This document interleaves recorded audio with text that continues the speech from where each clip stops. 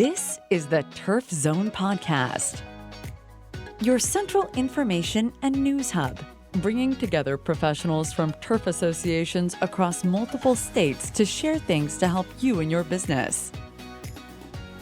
Brought to you in partnership with our friends at the New England Sports Turf Managers Association. Now, let's get in the zone.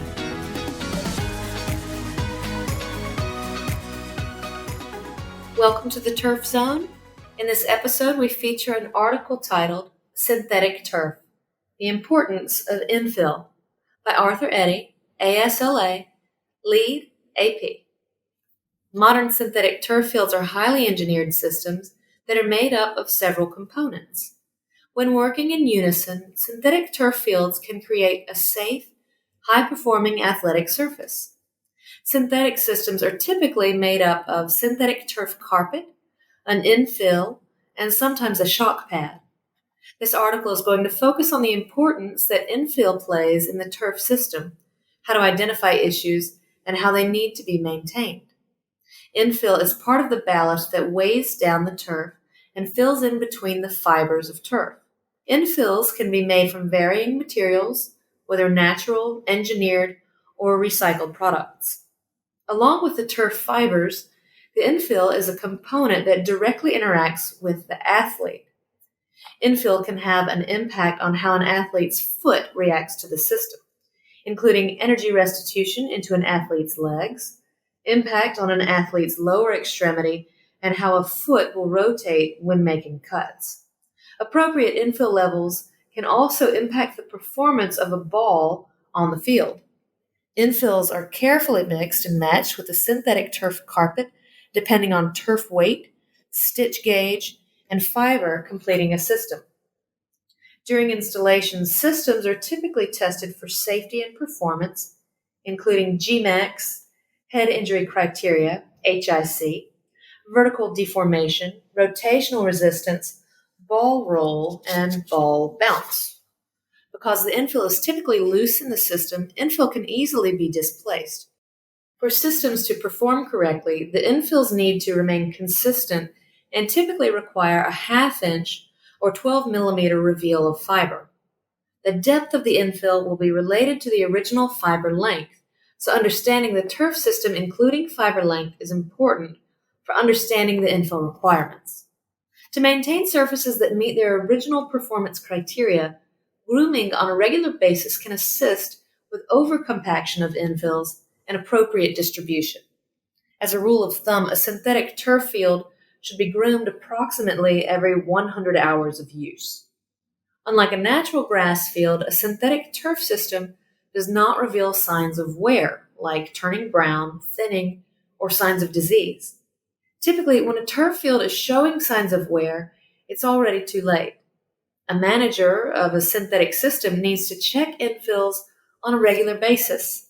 An infill depth gauge is a tool that can help monitor areas that need to be addressed. Keeping a log of infill depths can allow appropriate action on the field to take place and help to make sure that you are keeping up on the requirements of the manufacturer's warranty. High-use areas and fields should be checked regularly. This should occur every other week and before and after grooming. This is critical in the high-use areas as outlined below. Football, goal line, kickoff marks, extra point line, 15-yard line, center of the field, between the hash marks. Soccer and lacrosse, penalty kick, corner kick, center mark, goal mouths, face-off spots. Typically, synthetic surfaces overlay multiple sports and high-use areas coincide with other sports. This is highly impacted by practice and repetition on the field. High-use areas, shown in Figure 1, should receive new infill on a regular basis, which can be applied with a 5-gallon bucket and swept in with a stiff bristle broom. Along with safety, the longevity of the synthetic turf is related to infill depths. Fiber can prematurely break down when not properly filled. Fiber has memory, and when fiber starts to bend at a lower level, it exposes the fiber to breaking down at a lower level. When the fiber breaks down, the system no longer can hold infill, and the performance and safety of the field can be compromised. If left unmaintained, this can lead to expensive replacement of high-use areas. When fields are properly maintained, replacement of high-use areas can be avoided. Over time, fields can displace enough infill that a top-off of the field may be required. This is seen when infill is 1 inch to 1.5 inches below the turf surface and requires a significant amount of infill added to the system. See Figure 2. Adding infill every 3 to 4 years can help avoid expensive infill top-offs and maintain infill levels appropriately over the life cycle of the turf. Figure 3. Infill is a critical component to the safety and longevity of the turf system. Managers of synthetic turf systems need to pay attention to infill depths, which will provide high-performing, safe surfaces for the athletes that use them. Field managers that pay attention to infill depths can reduce the cost of expensive maintenance and premature breakdown of fiber, and in turn, extend the replacement date. Art Eddy is CEO of Replay Maintenance in East Greenwich, Rhode Island. Connect with Art via email at aeddy@replaymaintenanceusa.com or by phone at 877-641-1819.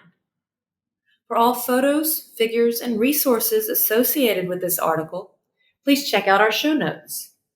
Don't miss an episode. Subscribe at Apple Podcasts, Spotify, or wherever you get your podcasts. You can also visit us at theturfzone.com. You've been listening to The Turf Zone. For more episodes of The Turf Zone, visit theturfzone.com and subscribe on Apple Podcasts, Stitcher, or your favorite podcast app.